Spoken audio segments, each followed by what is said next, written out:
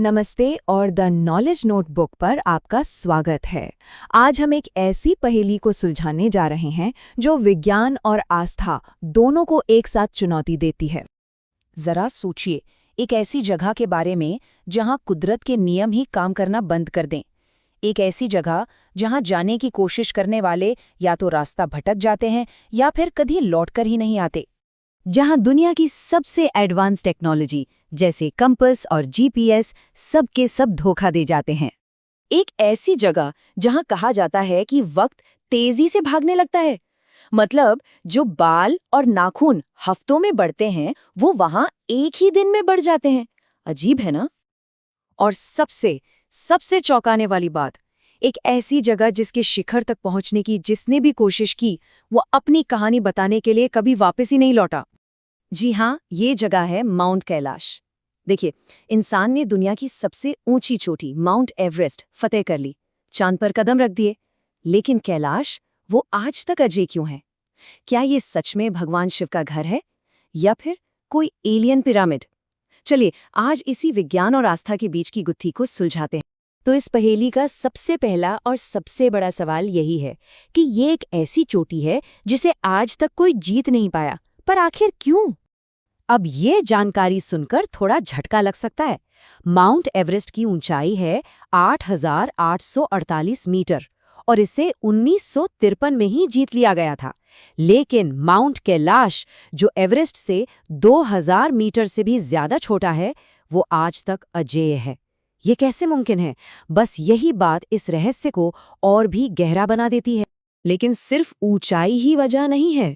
कैलाश के आसपास तो जैसा हमने कहा, कुदरत के नियम ही पलट जाते हैं और यही चीज इसे और भी रहस्यमयी बनाती है। वहां जाते ही मॉडर्न गैजेट्स जैसे जीपीएस और कंपास बिल्कुल फेल हो जाते हैं। कुछ यात्रियों ने तो ये भी दावा किया है कि उनके बाल और नाखून अचानक तेजी से बढ़ने लगे, जैसे समय फास्ट फॉरवर्ड हो गया हो। इतना ही नहीं, आसमान में अजीबोगरीब रोशनियां दिखना, अनजानी आवाजें सुनाई देना वहां आम माना जाता है। और सबसे अजीब, कुछ लोगों ने महसूस किया है कि ये पहाड़ अपनी जगह बदलता है।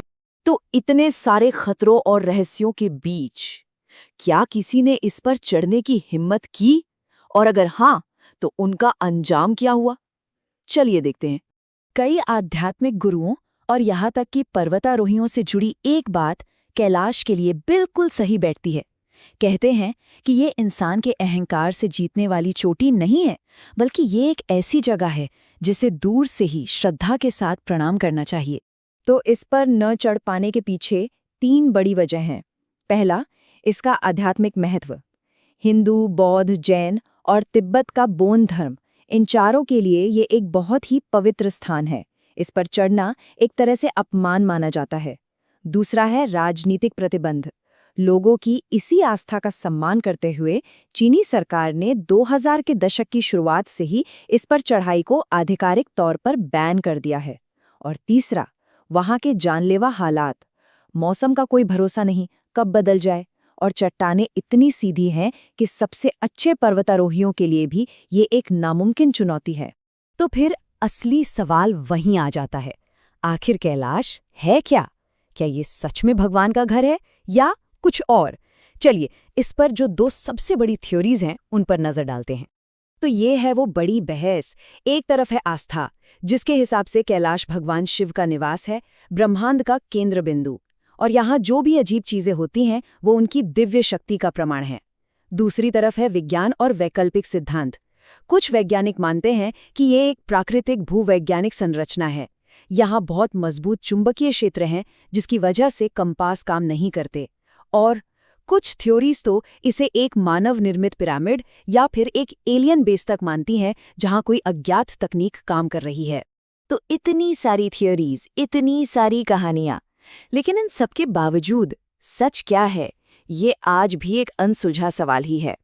तो चाहे इसे विज्ञान की एक पहेली माने या महादेव की शक्ति, एक सच तो तय है, कैलाश आज भी इंसानी अहंकार पर भारी है। उसे आज तक कोई हरा नहीं पाया। तो अब सवाल ये है कि लोगों का क्या मानना है? क्या कैलाश एक प्राकृतिक पहाड़ है या फिर कोई प्राचीन पिरामिड? इस बारे में जो भी विचार हो कमेंट्स में जरूर बताइए।